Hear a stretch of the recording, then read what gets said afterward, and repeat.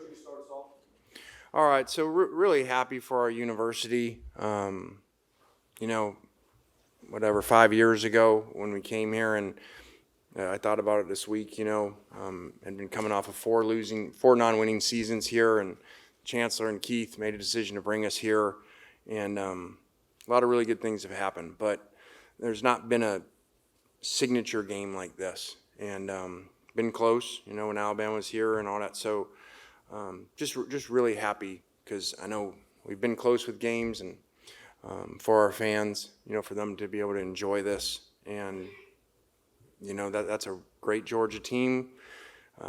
Won outside Alabama and won 51 straight games against people, and since COVID, so just happy for our players too to play that way, and what ends up kind of being dominant, to win 3 scores.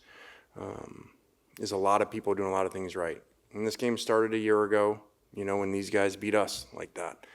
And, we made a decision to go to the portal, got some guys to come back, not go to the draft, and for really a lot for this game. And a number of those guys said it this week. This is why they came here, was for this game to play Georgia. And so it's a long year and a lot of off-season film work and by the coaches to plan for this game. Didn't just start this week, so just really happy for a lot of people. Okay, we'll take questions from the media here in front. Start with Tyler. 24-hour rule still apply even with the bye week?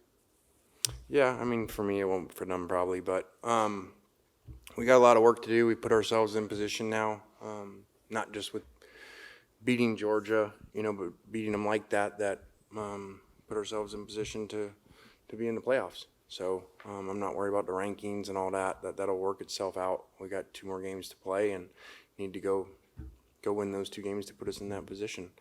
So I told them really 3 weeks ago when the LSU game, when we screwed up at the end and have control of the whole game down there and don't win, I said, okay, now you just basically put yourself in the playoffs. You're going to have to win every week. So that's been 4 games. So we've had to win every week, and said it to them this week. The playoffs, to me, we're going to go through Georgia, if you're going to win it. And it's a different system now. 12 teams are going to make it. 11 are going to lose their last game. So you're going to have to play them at some point. So I told them you actually have home field advantage. You're in the playoffs with home field advantage for the first round or third round. Lane, it looked pretty bad there for Jackson early with that injury. What can you say about just his toughness and ability to grind through that game? Yeah, I told him, when losses happen in life, and I had a major one this summer, and you don't know why things happen. You can't figure them out at the time. And, maybe those 2 losses, the way we screwed those games up, there was a reason so that they would go through things. They'd have adversity today, which there was major adversity. We'd throw a pick, we get them to 4th down, they score a touchdown. It looks like our quarterback's out, so that's not a real good start to get the ball first and 2 possessions in, be down 7-0 to Georgia without your quarterback. So really glad how they handled that adversity. They gave up 3 points the rest of the day, and Austin Simmons did a great job coming in, and like we told him, hey, we're going to run the game plan, we're going to throw with you. We're not going to be one of these backup quarterbacks where you just hand it off. And he did a great job. And I didn't know Jackson was going to come back in. And Jackson did some medical things and came back and said, I'm going in. So he went back in. Brad? Lane, 24 sacks over the last 3 games, and you held Georgia to only 59 rushing yards. The defensive front has just been dominating for you the last couple of games. Yeah, that didn't really happen when you put Georgia in that sentence very often. So that's a credit to Coach Golding and the staff, why we brought him here, for games like this. And he showed up, they showed up. To be at the end of the game and they're throwing screens to stay away from our rush, it's pretty cool. That's a lot of guys doing things right and showing up. And it was great again for the last couple weeks to have Princely back, who we didn't have in that LSU game. Lane, I was wondering if you could elaborate on what you were saying a minute ago about when Jackson got hurt. What were you told by the doctors? And then when Austin came in, what were you thinking as that drive unfolded? Because obviously that was a huge momentum turn in the game. Yeah, I don't I can't really discuss the doctor's conversations there, but it didn't look good to me, the way he limped off, the way he, we have the iPads now, so I can see him on the last throw, try to move. So I kind of thought he was done. So I talked to Austin right away before we even went on defense, because what I saw, he looked really bad. He could barely get to the sideline. Said, Austin, get ready, go warm up, and we're going to run the same calls with you. And kind of shows our confidence in him. The first play to run a naked and come out, bootleg and let him throw on the first play against Georgia. Guy's done a great job in practice and showed up today. Kind of on the flip side of one of those previous questions that were asked, I know the offensive line's been through a lot this year, and they only gave up 1 sack the entire game, and that was basically for 58 consecutive minutes, if you will, except for that first drive. But, just what can you say just about the job the offensive line did tonight, especially with the length that Georgia had up front?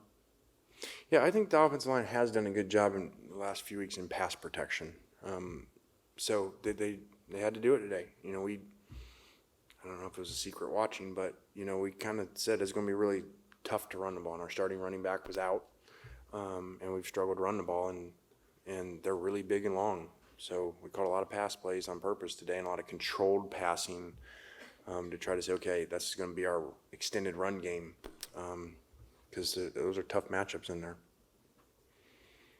Do you feel like having to be, and you've said this to us and in other places, that y'all been in playoff mode these last 3 games, including tonight? Do you feel like that was an advantage for y'all to have to kind of be as focused and locked in? Yeah, like I told them, sometimes things happen and you don't know why. And, that put our backs against the wall. And a lot of people, when your back's against the wall, fight a little different. And probably knowing that they got rid of that cushion, what you think about today, like had we won those today, we may come into this week in this game like, hey, it'd be good to beat Georgia, but we don't really have to because, we'll still be in the playoffs. So sometimes when you're back against the wall, you fight harder. Lane, earlier you said teams don't beat Georgia like this. When you configured this roster, did you have these kinds of outcomes in mind with the talented group of guys that you have? Yeah, I don't know that I would have pictured it without Trey Harris, the best receiver in the country today. But guys stepped up. Jackson made really good throws. Austin, Caden Lee's winning in man-to-man coverage against great cover people. So, yeah, this is, I can't say I pictured 3-score win, but this is why we put it all together to win this game. Yeah. I know the game just finished and hasn't been that long, but just what are the emotions like for you right now, given everything that you've been through and this team has been through? Yeah, I think I kind of get lost in the game sometimes, so I don't really get all that till later. Like poor Ka, yelling at him for the fans being on the field when there's still a clock on. So I was still coaching.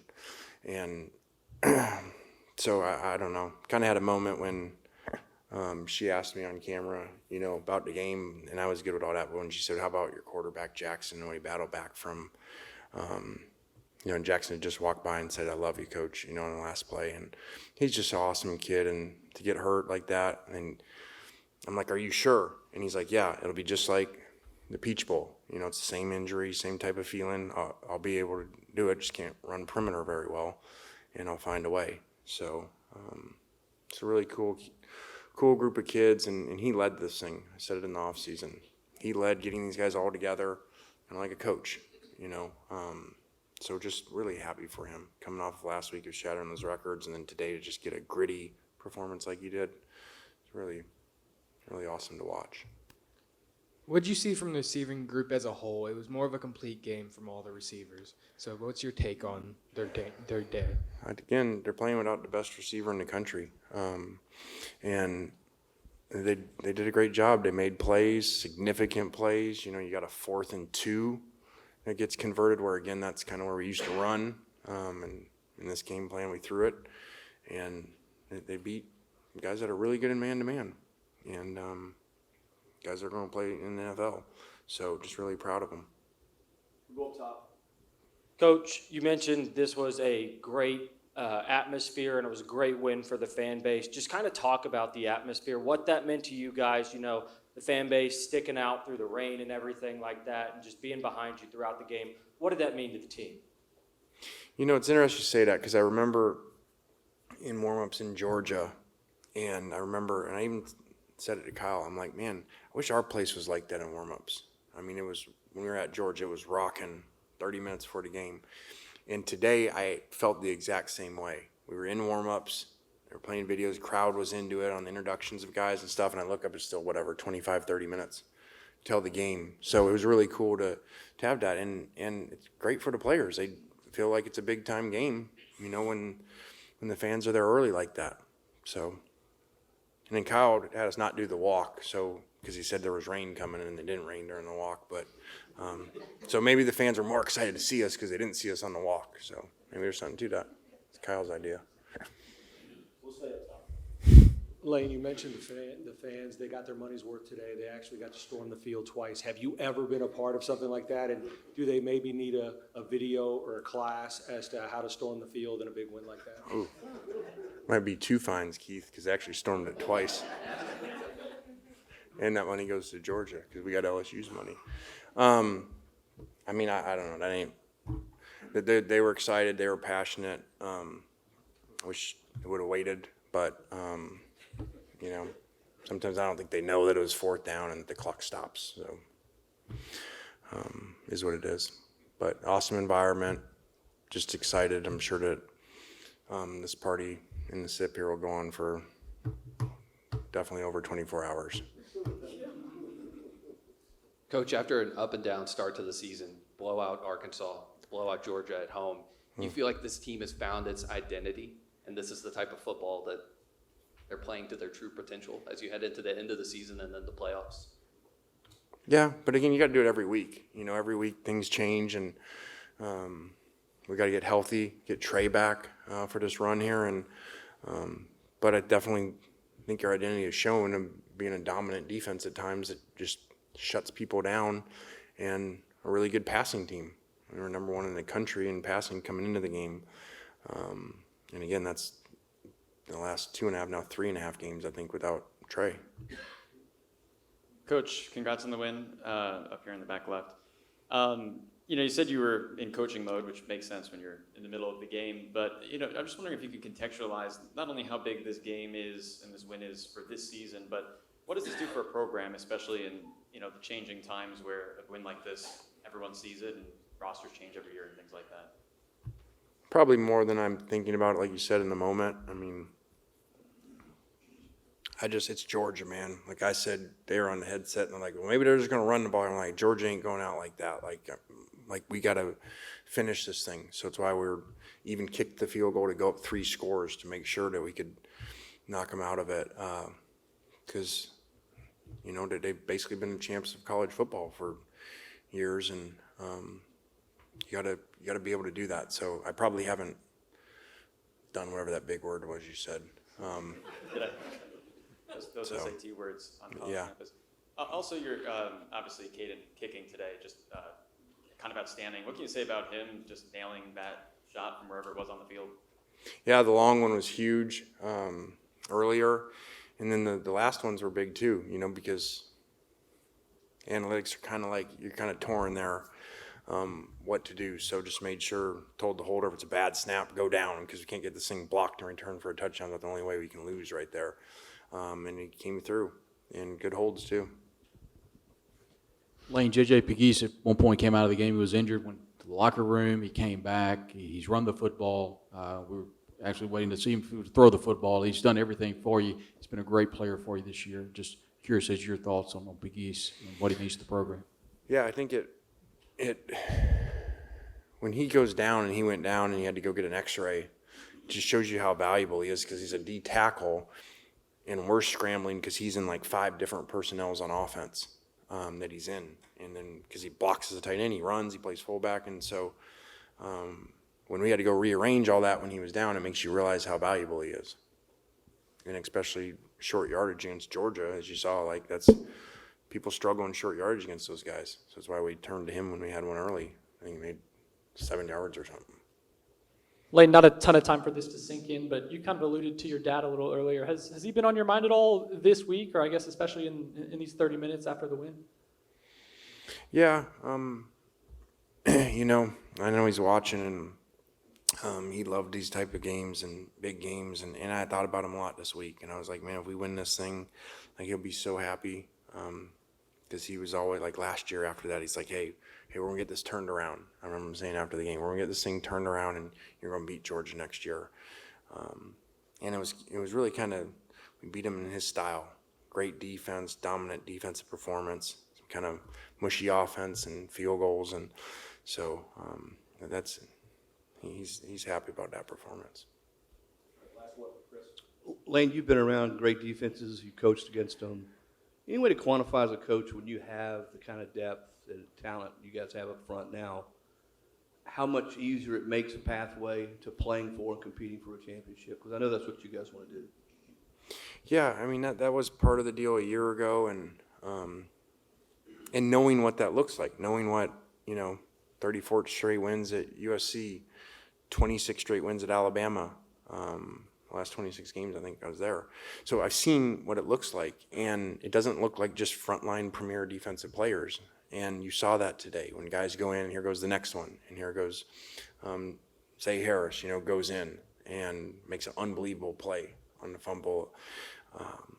So that's what we've tried to build to get that. A little more challenging maybe here, and the new age where you got to go portal to do that. But then at the same time too, you got some high school players like Zay in there that stayed home and are reaping the benefits now. All right, thanks. We'll have Jackson up next. All right, thanks.